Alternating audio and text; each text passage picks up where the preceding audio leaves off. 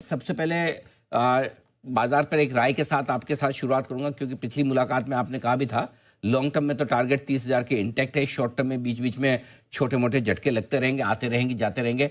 बड़ा झटका जो ट्रम्प का था, बाजार ने आसानी से उसे पचाया है, रिकवर बहुत शार्पली और स्मार्टली कर रहा है।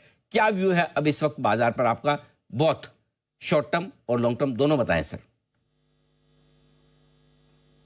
आपने बहुत सटीक शब्दों में सारांश दे दिया बाजार का कि ट्रंप जैसे महानुभाव का भी भयंकर झटका बाजार मतलब चना कुरमुरा बना के खा गया सवेरे सवेरे। करेक्ट। तो अंडरलाइंग मोमेंटम बहुत स्ट्रांग है। और अपनी लास्ट वीक जो बात हुई थी अनिल जी कि भले ही बकरे ईद में, जून वाली ईद में कटेंगे, पर अपनी ये जो ईद सोमवार को मन रही है, मंगल बुधवार में बकरे कट जाएंगे। तो 2 दिन में जो करेक्शन 23,900 से निफ्टी का आज सवेरे की ओपनिंग गैप डाउन में 23,200 हो गया और एसजीएक्स निफ्टी में तो 23,050 तक हो गया। तो ये करेक्शन कंप्लीट हो गया है। अब अगर मैं पीसीआर से अनुरोध करूं, चार्ट को दिखाइए, क्योंकि चार्ट के आपको बात असमंजस की नहीं लगेगी। बाजार ने तैयारी कर ली है कि अगला पड़ाव 24,600 का, ये देखो आप, अगला पड़ाव 24,600 का। और अगर बाजार ने वहां 24,600 पे भी रुकने का मन नहीं बनाया, 25,600। दूसरी चीज अनिल जी, निफ्टी के साथ साथ अगर मैं अनुमान लगा रहा हूं कि आपके स्क्रीन पे चार्ट दिख रही होगी, बैंक निफ्टी में देखिए 24,600 जब तक निफ्टी आती है, बैंक निफ्टी 53,260, समझो ना 53,300 तक की एक बार जगह जहां रेजिस्टेंस है। तो हो सकता है 53,300 से बैंक निफ्टी वापस 51,000 आए और उसके बाद फिर हम आकलन करेंगे। और आने वाले समय में संभव है, अभी सिग्नल नहीं है पर पहले से पिक्चर में जोड़ रहा हूं, HDFC bank, ICICI, axis bank और कोटक महिंद्रा। और हो सकता है कोटक महिंद्रा में ज्यादा कोहराम मच जाए नीचे का किसी कारण से, तो मैं थोड़ा सा प्राइवेट सेक्टर बैंक से परहेज रखूंगा। PSU banks, small finance banks, इनको सबको दोनों हाथ से हर करेक्शन में दबोचना है। पर ब्रॉडली आपके ओपनर क्वेश्चन का सारांश आंसर ये है कि अक्रॉस द बोर्ड बाजार में तेजी है। और अगर आप मेरे से पूछोगे कि ये एसएनपी और नैस्डैक भी कल रात को नया लो बना गए, तो मैं बोलता हूं आज रात से तो वहां पे भी कलर घूम जाएगा। जो बुरे से बुरी होनी थी हमारे साथ हो चुकी, बाजार में आगे एक तरफा तेजी है, ये चार्ट साफ साफ कह रहे हैं। एक जो जगह सबसे ज्यादा कमजोर है इस बाजार में, वो है आईटी शेयर। और आपने 2000 के वक्त इन्फोसिस में कहा भी था 1500 आ जाएगा, तो पसंद तो किसी को नहीं आया, देखो ऑनेस्टली, कि यार ये ऐसा कौन टारगेट देता है 2000 पे 1500। लेकिन अब हो गया, व्हाट नेक्स्ट, डन, या फिर अभी भी और जगह बाकी है? और ऐसा कोई और स्टॉक है जो 2000 से 1500 या 1500 से 2000 जाने की तैयारी में हो, वो भी बताएं सर। देखिए, पीसीआर से अनुरोध है, लोग चिढ़ते हैं जब हम बेबाक कॉल देते हैं। हम्म। लोगों की चिढ़ कम हो जाएगी अगर हम उनको चार्ट की एनालिसिस दिखाएंगे। कम से कम वो चाहे सादे नमक के साथ या सेंधे नमक के साथ हमारे इस विश्लेषण को स्वीकारेंगे। ओपिनियन लोगों को बुरे लगते हैं, तो इसलिए विश्लेषण दिखा देते हैं। इन्फोसिस अब तैयारी कर रहा है अगली चाल यहां से 1500 वाला 2300 जाने की। मेरे चार्ट आ रही है जैसे मेरे स्क्रीन पे, अब ये देखो कि इसकी ट्रिगर हम करेंगे जब ये अपर रेजिस्टेंस लाइन को तोड़ता है। 1570-80 के ऊपर गया, हम सीधे 2300 के कॉल पे बैठ जाएंगे। कोई 2 घंटे वाला कॉल नहीं है, इन्वेस्टर के काम का कॉल है। 2300 क्या, अभी 2300 में शर्मा शर्मी बोल रहा हूं, हो सकता है अगली जनवरी तक, दिसंबर तक, आने वाले इस साल की दिसंबर अगली जनवरी तक ये 2400 भी हो जाए। तो इन्फोसिस जैसे स्टॉक ने भी अगर 50% से ज्यादा निवेशक को रिटर्न देने की तैयारी कर ली अगले 10-12 महीने के अंदर, लीवर, रिलायंस, एशियन पेंट जैसे स्टॉक ऑलरेडी ये तैयारी करके बैठे हुए हैं, तो भाई साहब 30,000 की निफ्टी सुनने में तो लगेगी कि अफीम खा के बात कर रहा है। पर प्रॉब्लम संसार के साथ पता है क्या है? ज्यादातर बुद्धिमान लोगों की बुद्धि मलिन हो जाती है उनके अहंकार से, और अहंकार से मलिन बुद्धि सामने क्या घटित हो रहा है उसको देख नहीं पाती है।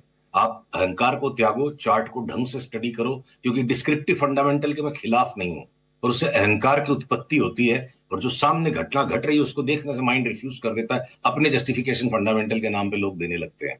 तो फंडामेंटल बहुत मजबूत हैं। इसी बात पर ऐसे टेक्निकल्स बने हैं कि 50% तक की रिटर्न इंडेक्स के हेवीवेट स्टॉक्स में आने को तैयार है। किसको पता 30,000 की जगह 32,000 की निफ्टी हो जाएगी अगले साल इसी महीने जब हम बैठ के बात कर रहे होंगे। बिल्कुल ठीक बात है। तो ये आपका व्यू आया बिल्कुल इन्फोसिस पे। इन्फोसिस के अलावा दो और सेक्टर है जिन पर मैं आपसे व्यू लेना चाहता हूँ। एक जो आज बड़ा गर्म है, फार्मा। दूसरा जो पिछले दिनों से थोड़ा नरम है, ऑटो। टैरिफ के ऐलानों से इन दो सेक्टर पर असर भी ज्यादा पड़ा है। इन पर क्या व्यू और कोई स्टॉक जो आपको पसंद या नापसंद हो? फार्मा में अपनी बहुत विस्तार में अनिल जी पिछले कई गुरुवारों में बात हो चुकी है कि सबसे श्रेष्ठ जो डॉक्टर रेड्डीज और सन फार्मा, जिसको 8 महीने से 10 महीने से मैं परहेज था कि हाथ भी नहीं लगाना है, ये दोनों 30-30% बढ़ने को तैयार है। और फिर जो मझोले फार्मा शेयर और भी हैं, वो बायोकॉन हो गया, शिल्पा मेडिकेयर हो गया, ये सारे निकलेंगे। फिर सबसे बड़े दो फार्मा शेयर जिनमें सबसे ज्यादा परहेज था, उनकी चार्ट सबसे क्लियर है, डीवी साइडवेज बैंड में। सिप्ला की चार्ट में नॉइज बहुत है, तो हम लोग स्टिक करेंगे सन फार्मा। डॉक्टर रेड्डीज तो अब बहुत जोर से फट गया आज ऊपर, काफी नीचे से ऑलरेडी घूम चुके थे लास्ट 10 दिन में, मार्केट ने एंटिसिपेट कर लिया था ये।